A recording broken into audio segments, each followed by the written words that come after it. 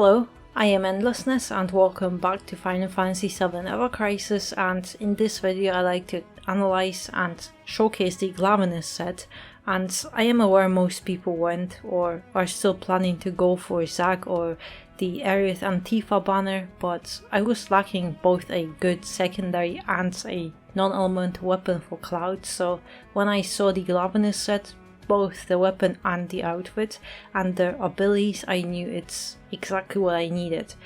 And since I have it at OB10 and had some time to test it out, I thought I might share my thoughts with you. First we have Glavenus Armor, which I think is Cloud's most versatile outfit, and if you like any of his elemental outfits, then Glavenus will be a great alternative, because Glavenus has 10 P attack points and physical ability mastery, so extra 15% damage at full stance.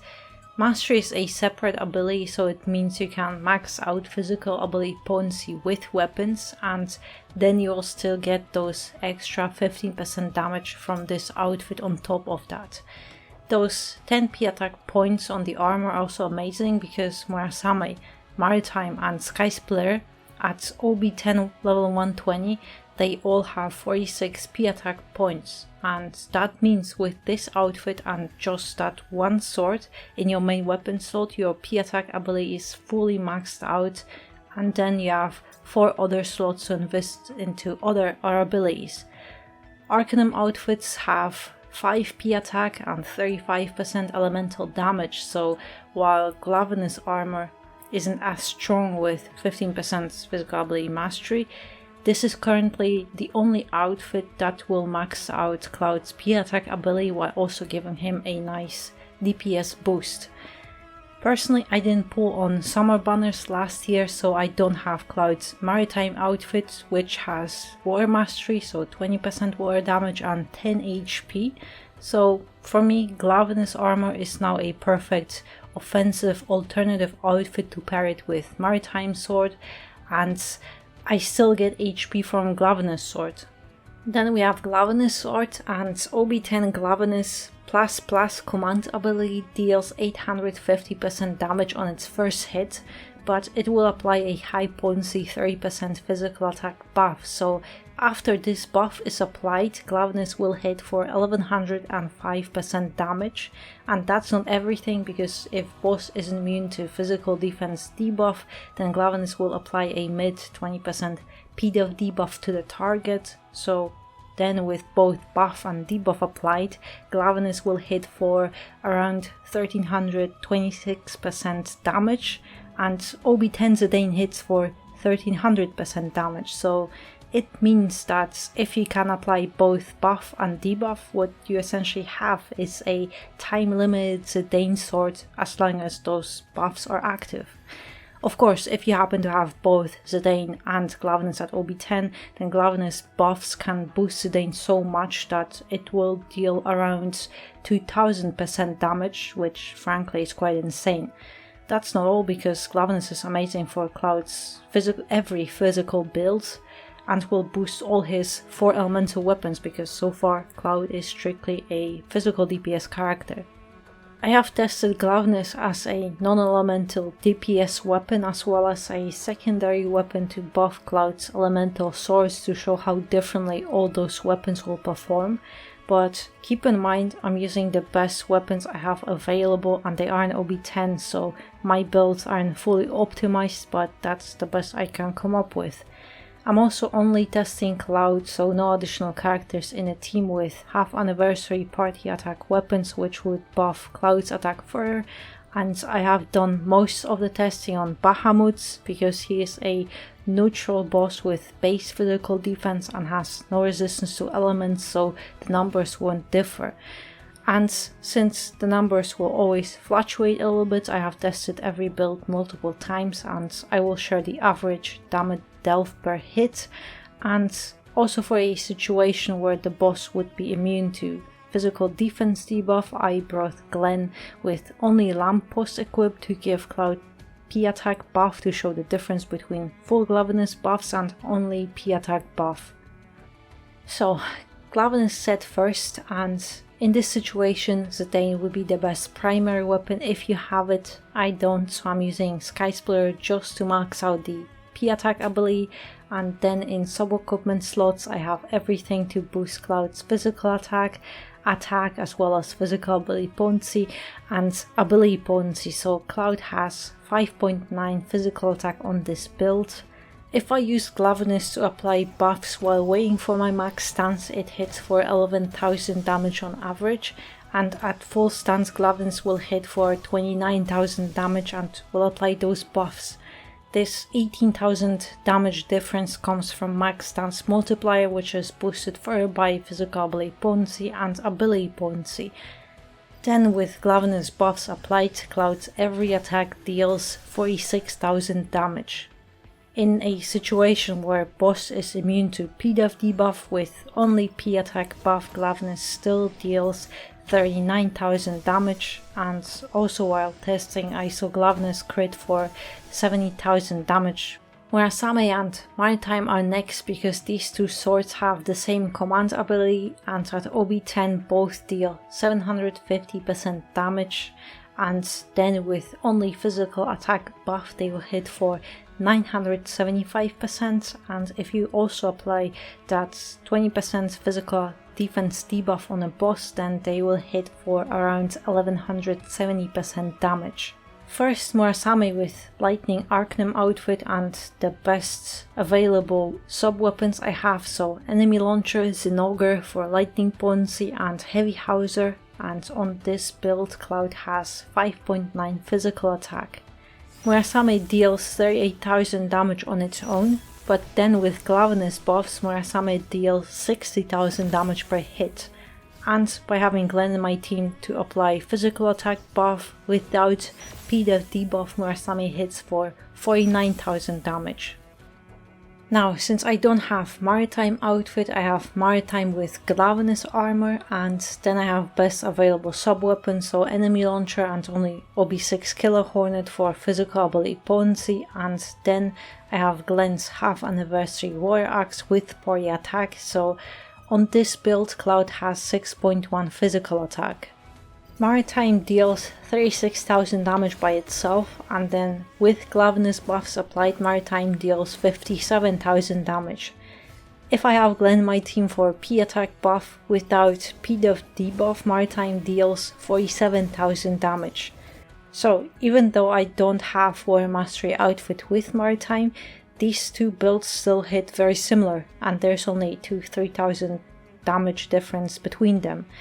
I'm pretty sure if I would level up Maritime to level 120 to get that P attack ability maxed out, I could switch Killer Hornet for something else and it would boost the damage a little bit more. Since we currently have Critical Threat events, I have also tested the same Maritime Cloud build on Blitzrad and it deals 53,000 damage on its own, and then with Glavenus buffs it deals 88,000 damage.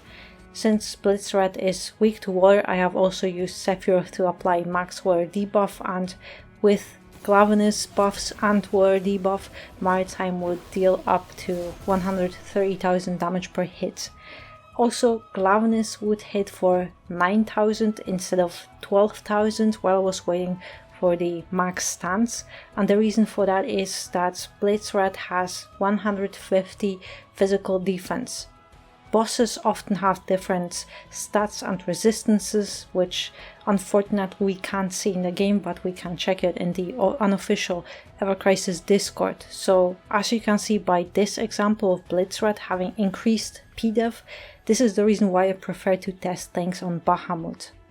Then we have Skysplitter, which deals 850% damage at OB10, so it deals the same percentage as Glavenus, so its damage will have the same multipliers.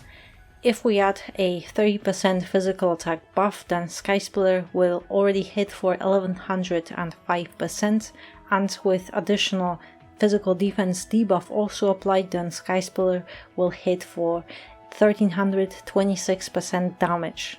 With Skysplitter I have Fire Arcanum outfits and then the best available weapon, so Radiant Edge to max out physical attack, and then Enemy Launcher and Prototype Crimson Blade, so Cloud has just under 5.9 physical attack on this build. Normally, Skysplitter deals 43,000 damage on its own, but then with Glavenus buffs applied, Skysplitter deals 67,000 damage per hit.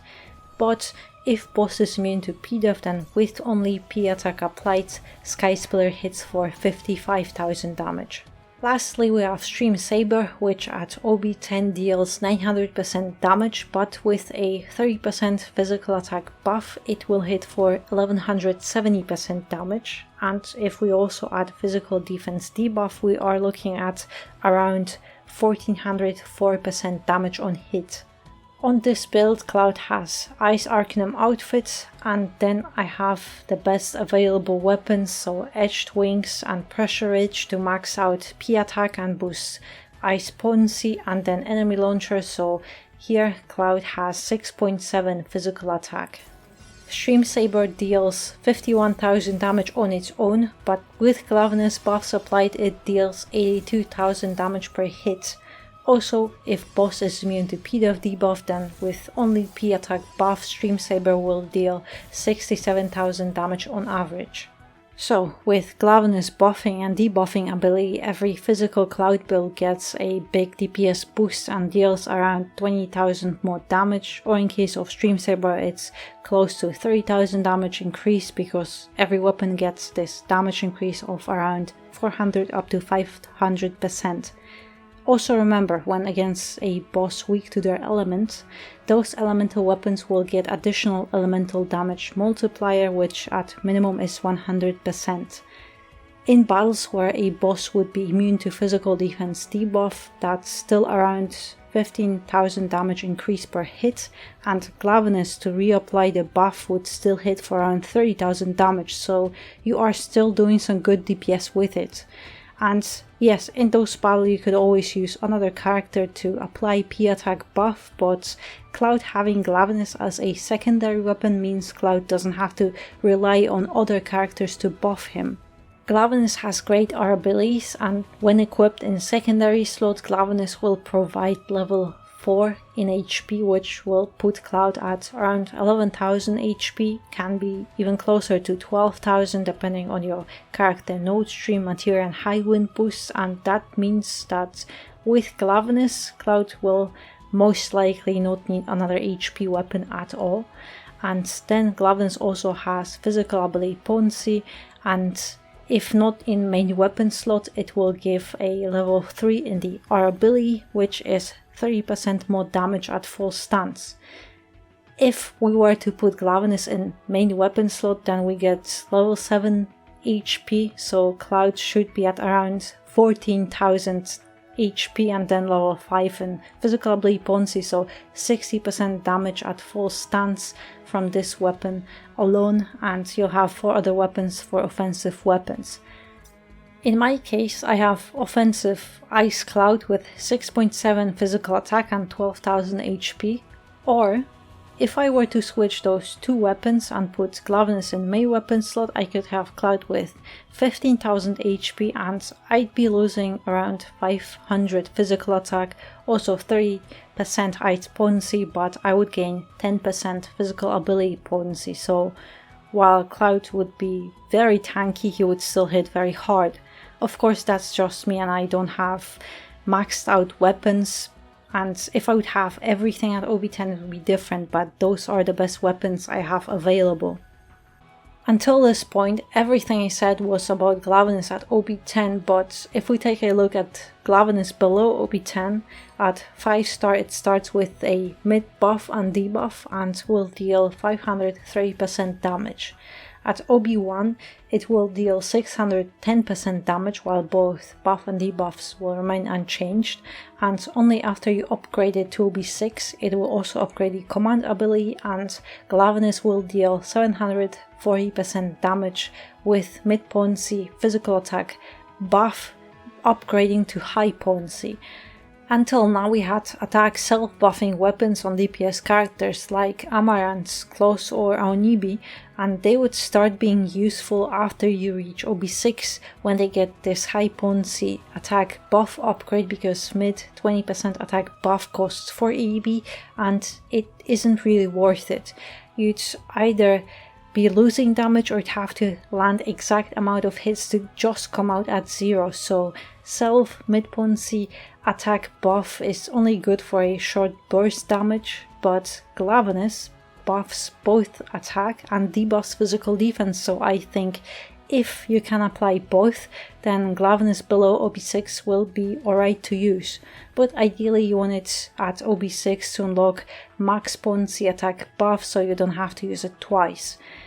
We also don't have many non-elemental bosses that also resist elements like Astral Iron Giant or Black Waltz, so we don't really need those non-elemental weapons very often, because even if boss has no elemental weakness but doesn't resist an element, those elemental weapons will still hit very hard.